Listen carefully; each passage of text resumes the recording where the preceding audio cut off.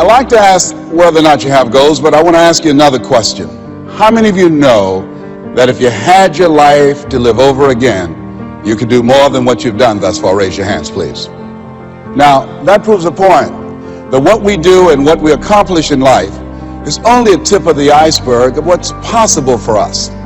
So I want you to think about some goals that you'd like to achieve, and I'd like for you to, let's say, break them up in 3 categories. Number 1, I want you to think about some personal goal you'd like to achieve.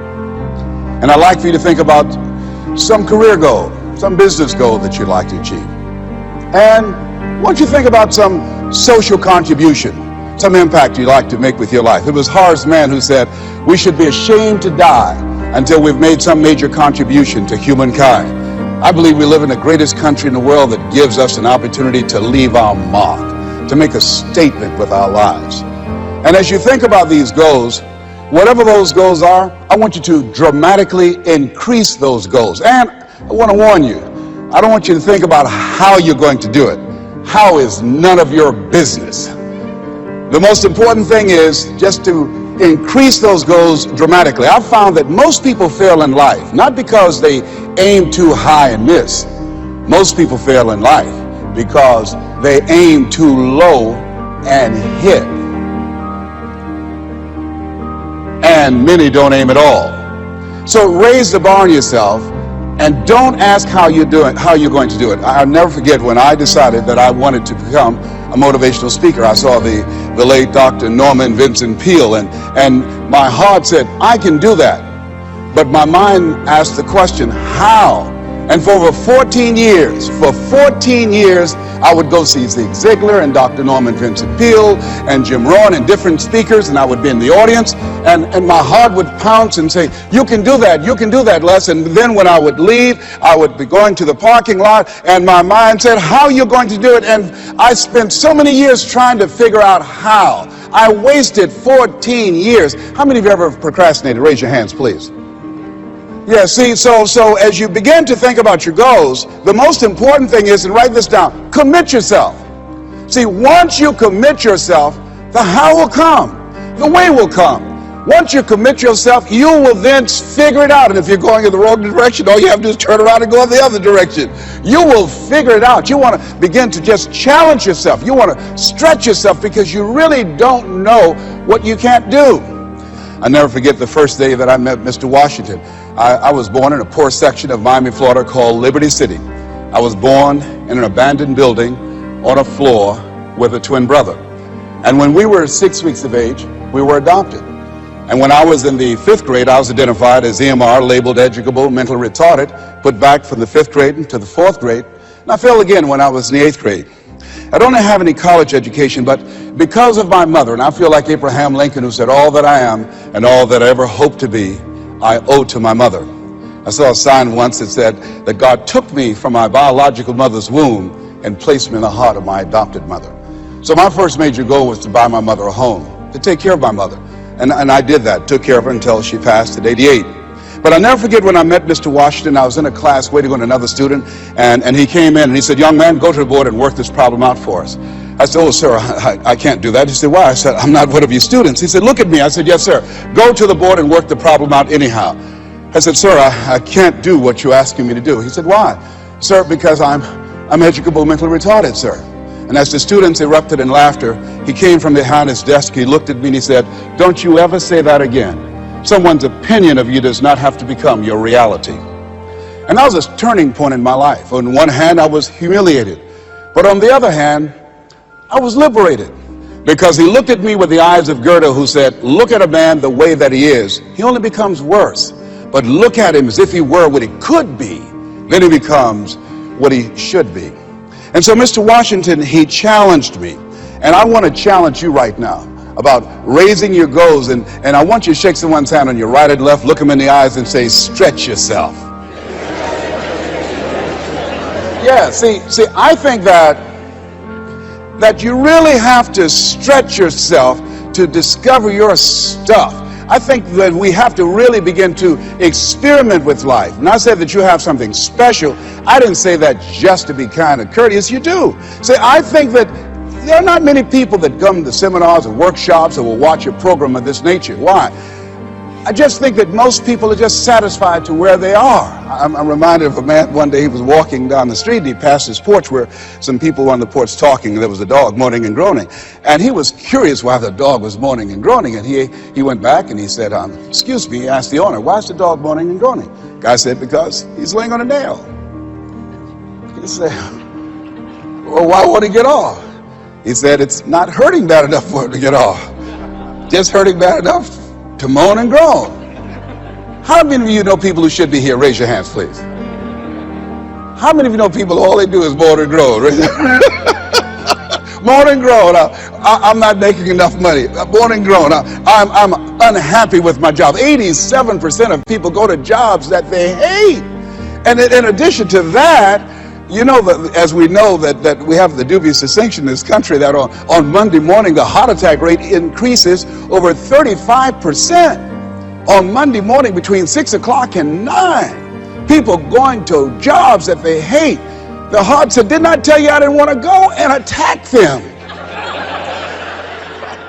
Some of you don't want to go to work next Monday. So the thing is this. So you want to find out what resonates with you.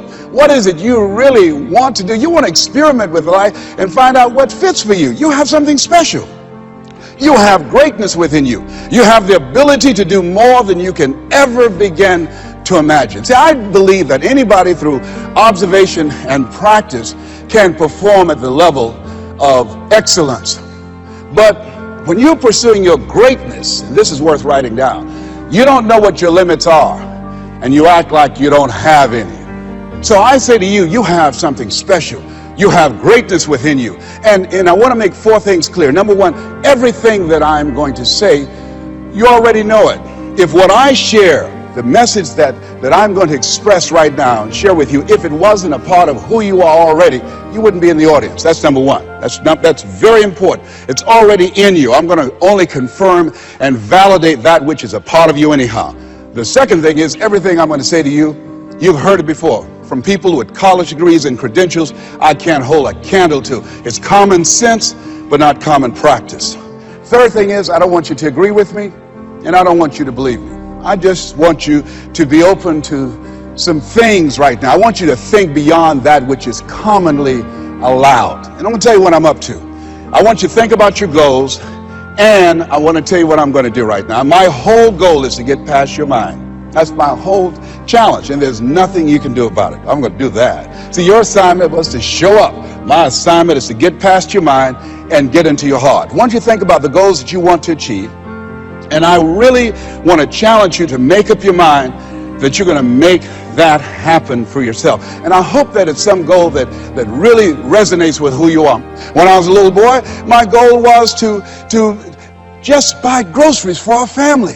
My mother worked on Miami Beach. She was a domestic worker.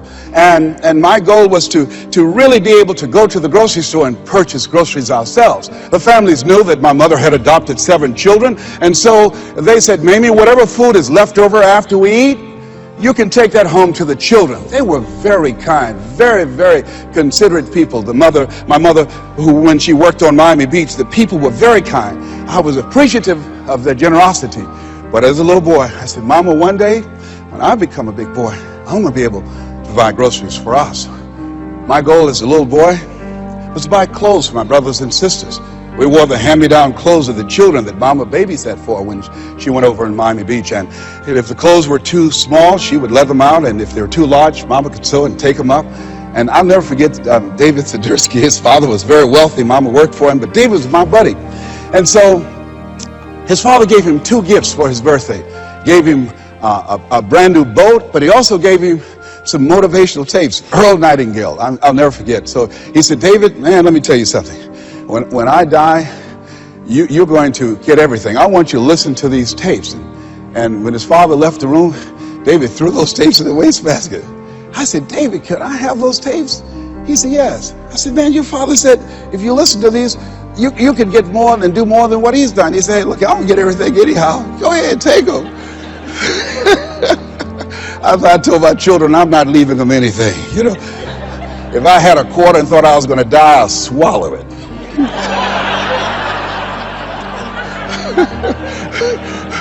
Write this down. It's not what you leave for your children, it's what you leave in them. Not what you leave for them, what you leave in them. No, absolutely not. I'll tell you something else happened. I never forget. Mama came home one day and said, Leslie, David sent you a new pair of shoes his father got for him. I said, oh, Mama, thank you so much. I can't wear David's shoes. I said, why? Well, you tell my buddy that, I wear size 9.5. He wears size 9. She said, boy, shut up, sit down and put those shoes on. She said, Marianne, go get some Vaseline. And she came in there, and my sister started rubbing the Vaseline on my feet. And she said, run some water in the bathtub. And she's now go in there and put your feet in those shoes and don't mash the heel down. I said, Mama, shut up, boy, don't mash the heel down. And then she had me to get in the bathtub. I said, Mama, these shoes hurt. She said, get in there and walk around in the water. I'm walking around the bathtub. Then she tried to distract me. I knew what she was doing. How'd you do at school today? I did good.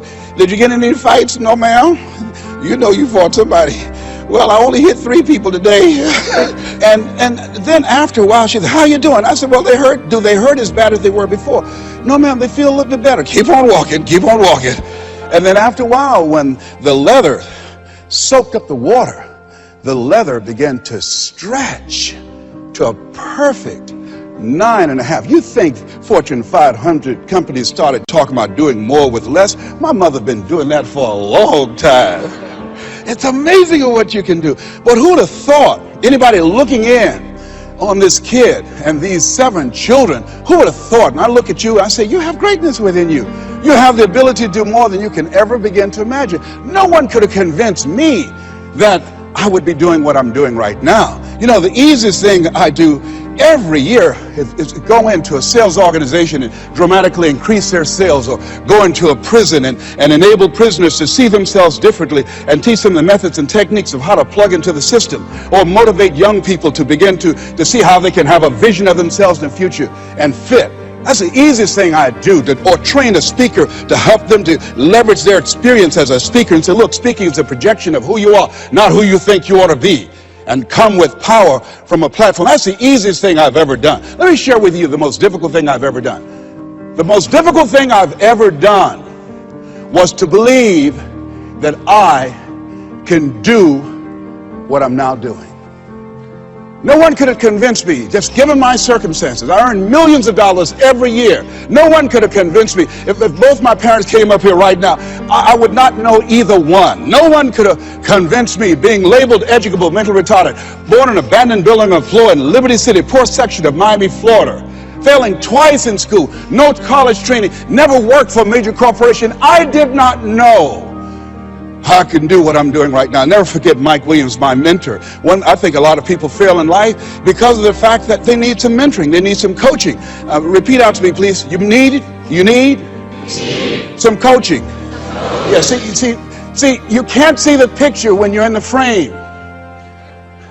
I remember Mike saying, Les, you can do this. Mike, how, man? Wait a minute, Mike.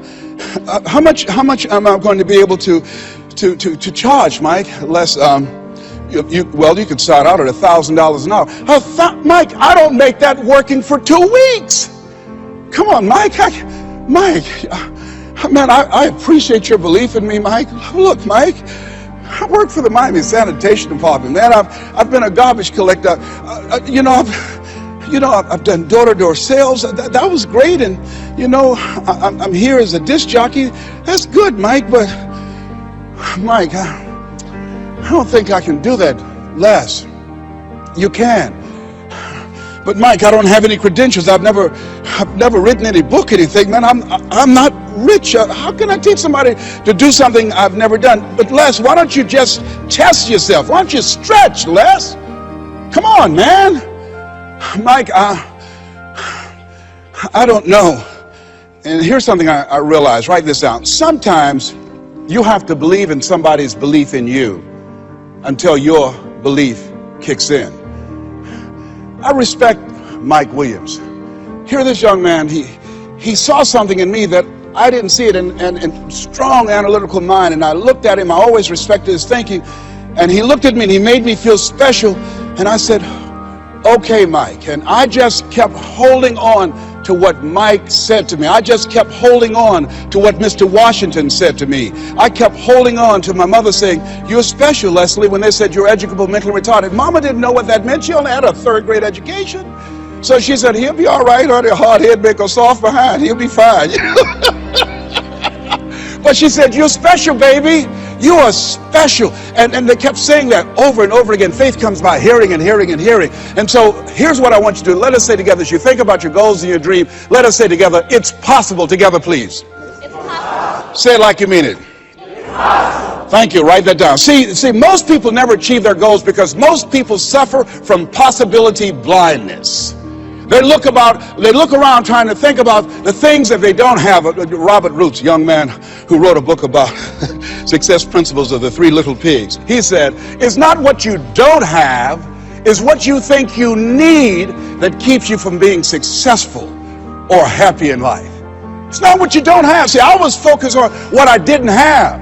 Don't have a college degree, don't have any credentials, never worked for a major corporation. I was focused on the negative things and said, negative things are the things that you see when you're not focused on your goal. What do you come with? What is it that you have within you that you showed up to bring? Hey, Les, you don't know, but my dream is a long shot. A friend of mine, Dexter Yeager, said when the dream is big enough, the odds don't matter.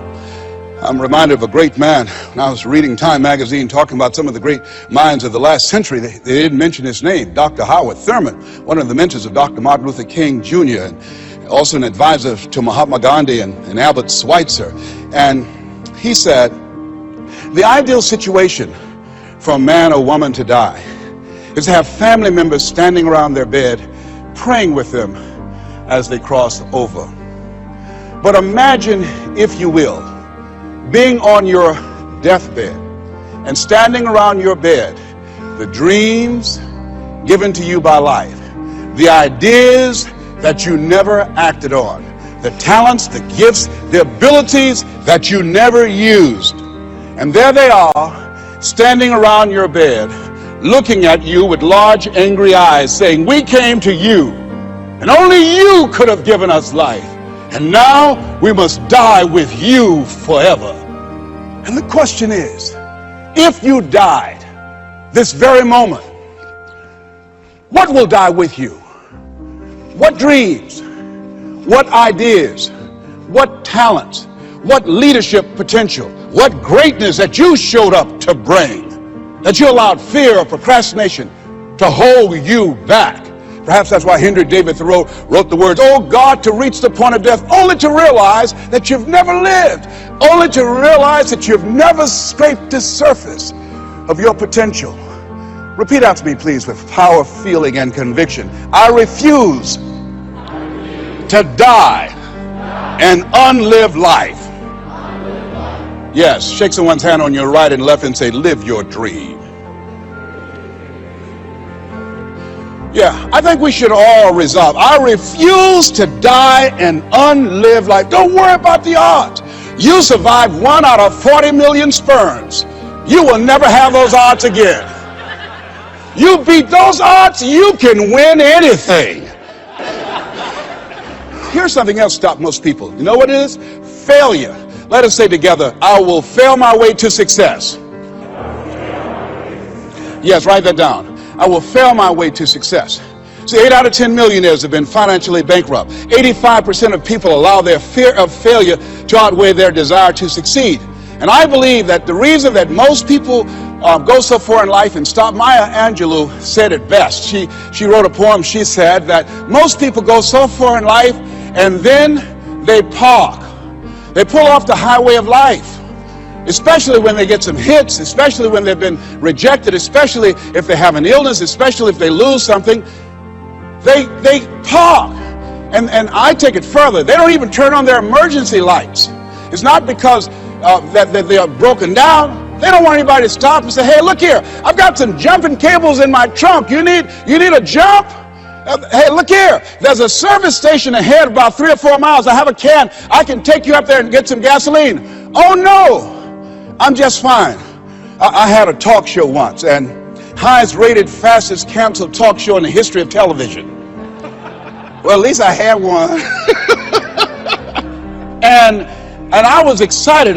You know, when time I came into television years ago, television was based upon conflict and controversy. So I said, I want a solution-oriented talk show. First concept of that kind. High ratings. And the syndicators said, you just got lucky.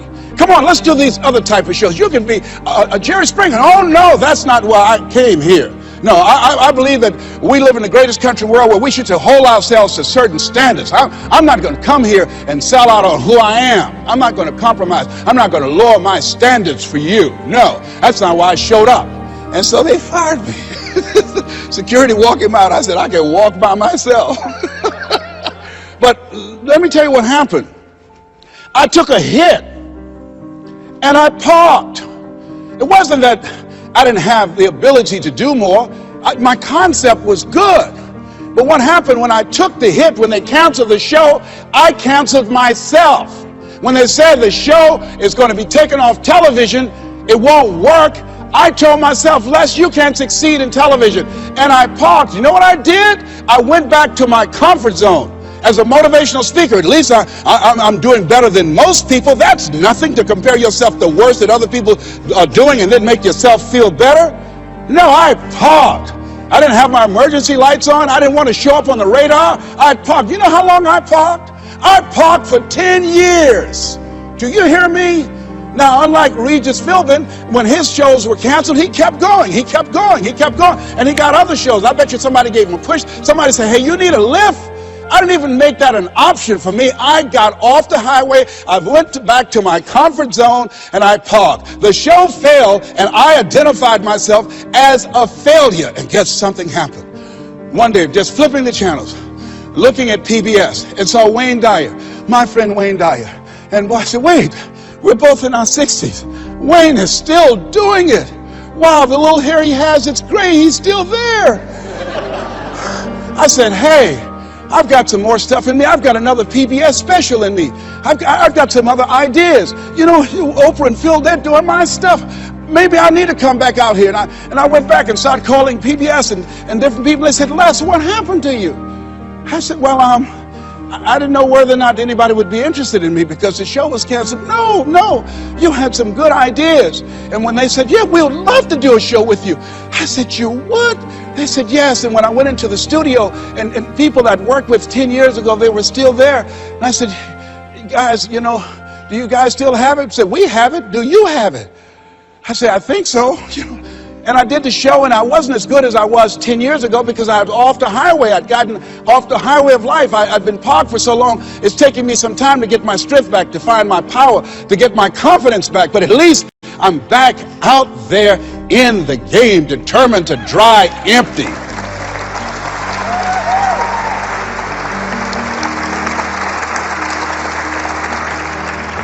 So I say to you, see, I only attract millionaires or millionaires in training. Just going to get that in a minute. You have something special. You have greatness within you. And the only reason you're here, you're my assignment. You can feel me. Some of you feel me right here in your heart of hearts. And my goal is to get past your mind and into your heart. So it's necessary that you have the mindset that I can do this. You've got to begin to believe and to fortify that belief and feed that belief by listening to tapes, going to seminars and workshops, by challenging yourself, by stretching yourself. It was Osborne who said, unless you attempt to do something beyond that which you've already mastered, you will never grow. And as you begin to challenge yourself, you'll discover some things about yourself that you don't know right now. The other thing is you begin to look at yourself, look at your dreams, and begin to experiment and stepping into your greatness. One of the things is very important. Whatever goals and dreams that you have, repeat after me, please. Make your move before you're ready.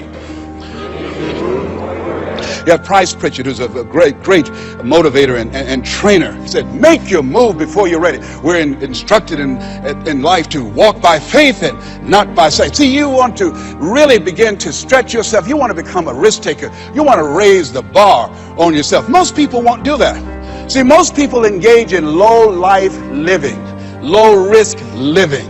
Viscott said, if you're not willing to risk, you cannot grow. And if you cannot grow, you cannot become your best. And if you cannot become your best, you can't be happy. And if you can't be happy, then what else is there?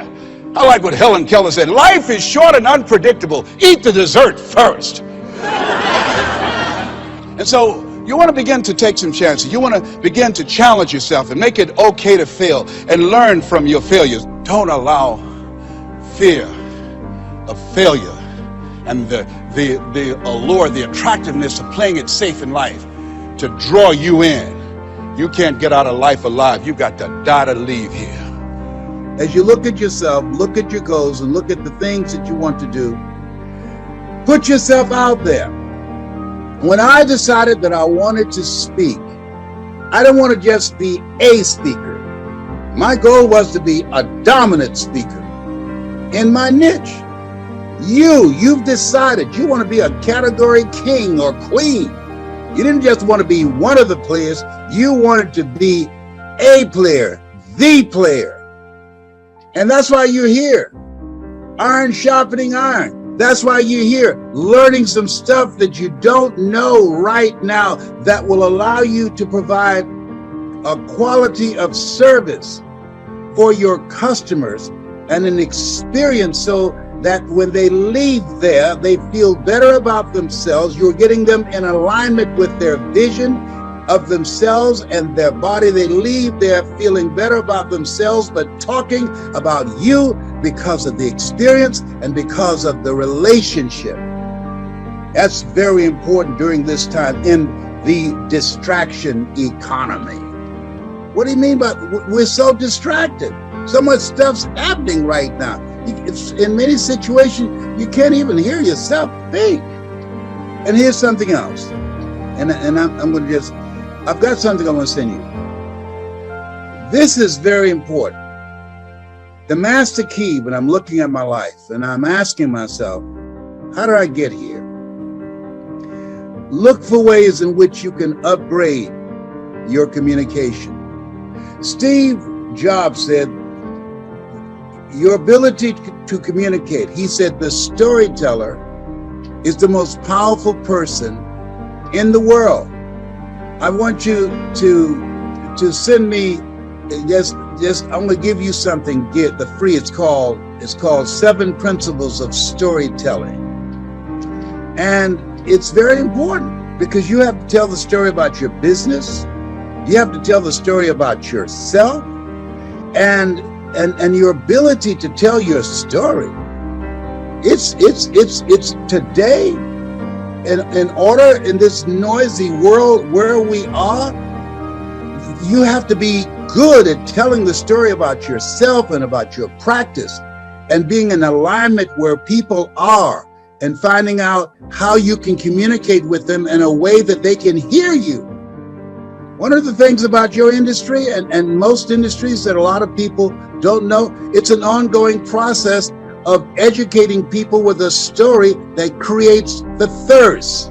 People say, you can take a horse to the water, but you can't make them drink. No, but if you know how to tell a good story, you can create a thirst where they want to drink. I remember when I ran for state representative and I had been fired from radio, and people who would ordinarily supported me when I was on the microphone, they said, Les, we love you, but man, you lost the microphone, editorializing about all these controversial things.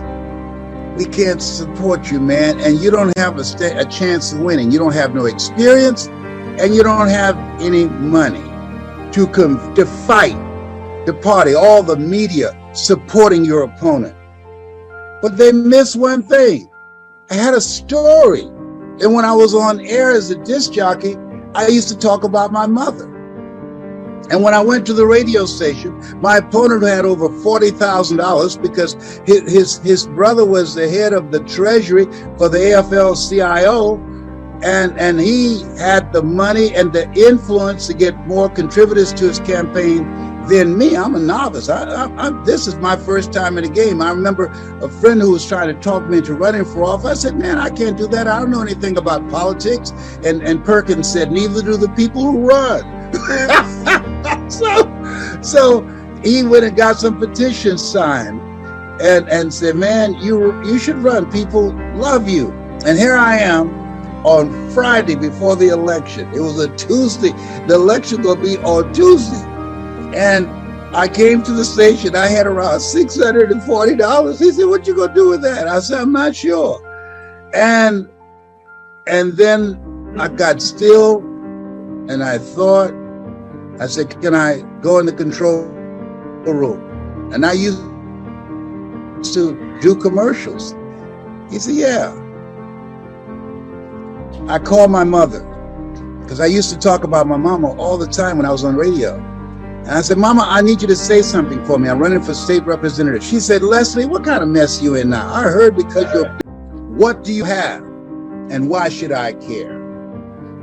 And so when you know how to tell your story, oh, the possibilities of what you can do and the impact that you can make and the reputation that you develop where people will seek you out and the word goes out.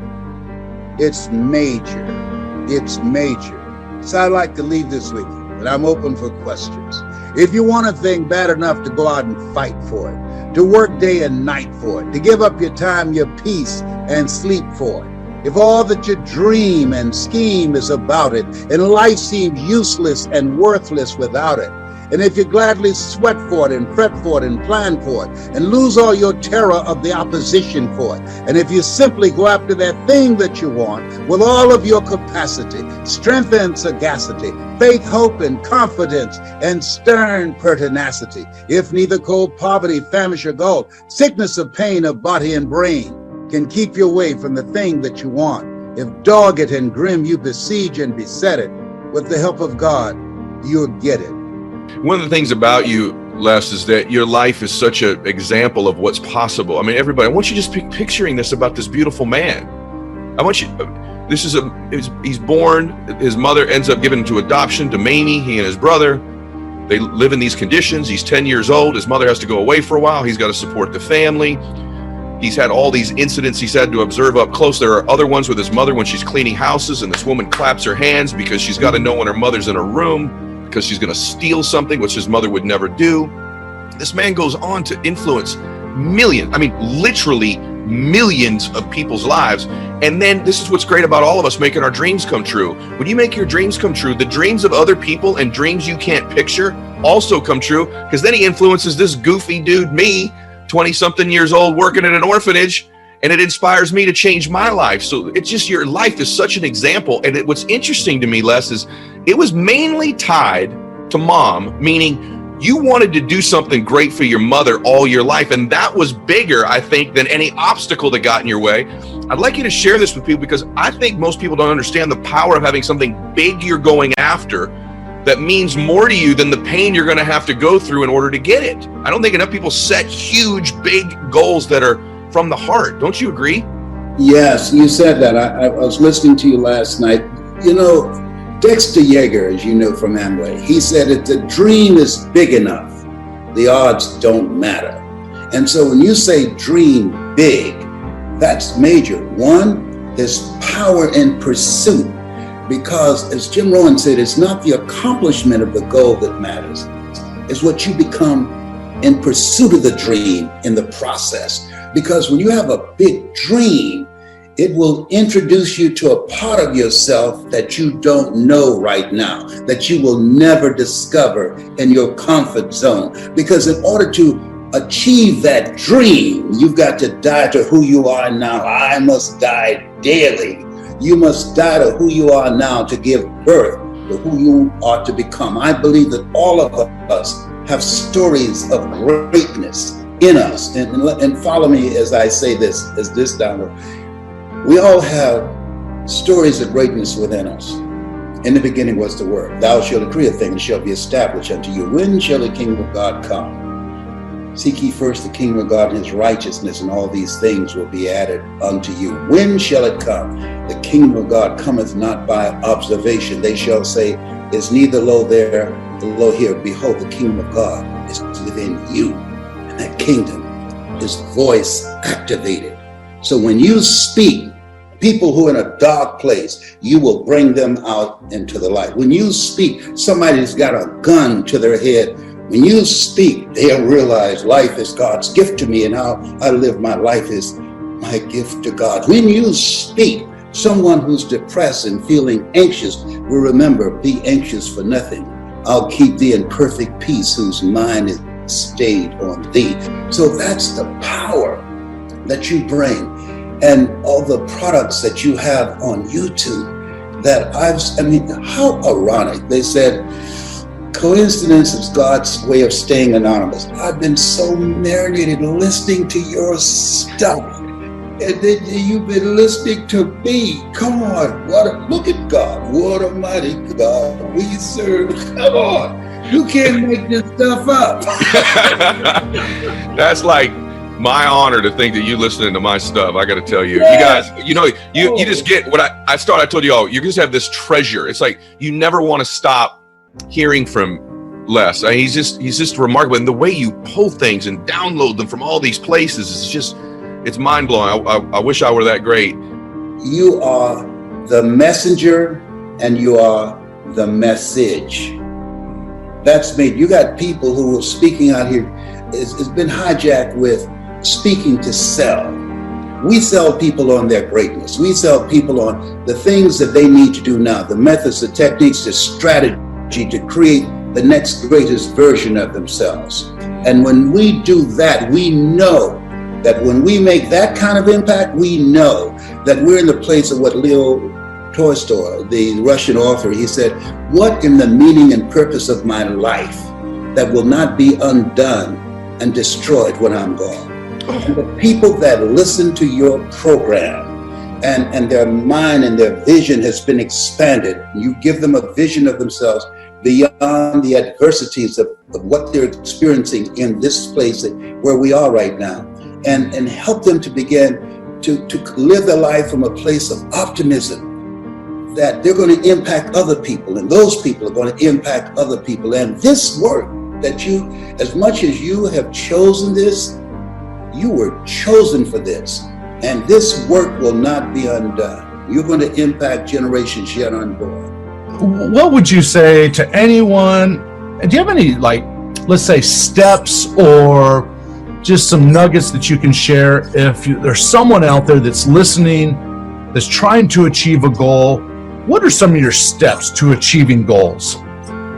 Well, if we look at where we are today, because things have changed dramatically from when you read Live Your Dreams in 1992. I've just completed my new book called You Gotta Be Hungry. Oh, awesome. Yes, you gotta be hungry, unleash your greatness. And so when you said that today, I just cracked up. I said, oh my God, that means I'm on the right path. So the key to it today is the kind of platform that you've established, mindset transformation. Mm-hmm. As a man thinketh, so is he. As he continues to think, so he remains. Dr. Carter G. Woodson said, if you can determine what a man shall think, you never have to concern yourself with what he will do. He said that if you can make a man feel inferior, you never have to compel him to seek an inferior status, for he will seek it himself. And if you can make a man feel justly an outcast, you never have to order him to go to the back door. He'll go without being told. And if there's no door, his very nature will demand one. And so mindset transformation, it's an ongoing process. The next thing that's very important is to upgrade your skill set. And that this is the era of the 3 C's: accelerated change, overwhelming complexity, and tremendous competition. So you want to find at least 3 areas that you master, that you do that extremely well. I train speakers how to tell their story, and so I can teach them how to become a global voice. And in addition to speaking and training speakers, I also know how to tell a story. I know how to present with power. I know how to speak with my power voice. I've got a training coming up in December called Discover Your Power Voice and Master Your Cash Flow. So by my speaking and my training speakers, and the next thing that I'm able to do, I can sell a product. I can sell a concept. I used to be a salesperson for Sears. And so through my skills as a speaker, as a trainer of speakers, and as a person who can sell presentation power to make a point, to bring out the best in people, or to sell a product. Those are 3 areas that allows me to control my personal economy. So the average person, if they are serious about learning how to control their destiny and controlling their own personal economy, they have to be engaged in continuous ongoing processes to upgrade their knowledge and their skills. Knowledge is the new currency. We're going toward a time that's called the end of work, that because of technology, over 20,000 jobs, according to the Department of Labor, being lost every day. So we're going toward a time where the majority of that jobs will be done by artificial intelligence or robots, and that's not too far away. So the key is that as you look at yourself, look at your goals and dreams, work on your mindset continuously, which will give you the courage and the mental resiliency to weather the stormy times that we're going to go through in life. Invariably, continuously expand your skill set. Robert Schuller said, you either expand or you are expendable. Right. And create a community of collaborative, achievement-driven, supportive relationships. By doing that, collaborative, achievement-driven, supportive relationships, whatever goals that you have, you can reach a minimum of 87% of those goals by transforming your mindset, increasing your skill set, and having a team of collaborative, achievement-driven, supportive relationships. Wow, that's really good. That's really good. So you're spending most of your time, is that what I'm hearing you say? You're teaching other people how to grow their platforms? I train people who are serious. I don't work with everybody. I'm 74, you know, so with the time that I have left, I want to work with people that are hungry. Hungry. When I ask you how many have big goals and dreams, I want to ask you to think about your goals and dreams in 3 areas. Number 1, what's some personal goal that you have for someone that you love? My first major goal was to buy my mother a home. That's what I wanted to do. I remember walking around these big own life that most people fail in life, not because they aim too high and miss. Most people fail in life because they have done what I did for the first part of my life. Aim too low and hit. And then I want you to think about your social contribution. I believe that we live in the greatest country in the world that allows us to live a life of contribution. Harsman said we should be ashamed to die until we've made some major contribution to humankind. One of the goals I have is to reduce the number of women who die from breast cancer. My mother was a 22-year breast cancer conqueror. One of the goals I have, every time I get on stage, I tell men that I was diagnosed 15 years ago with prostate cancer, given a 2 to 3 year prognosis. One of the things I believe doctors should never tell someone they're terminally ill. What they should say is that my ability to help you has terminated.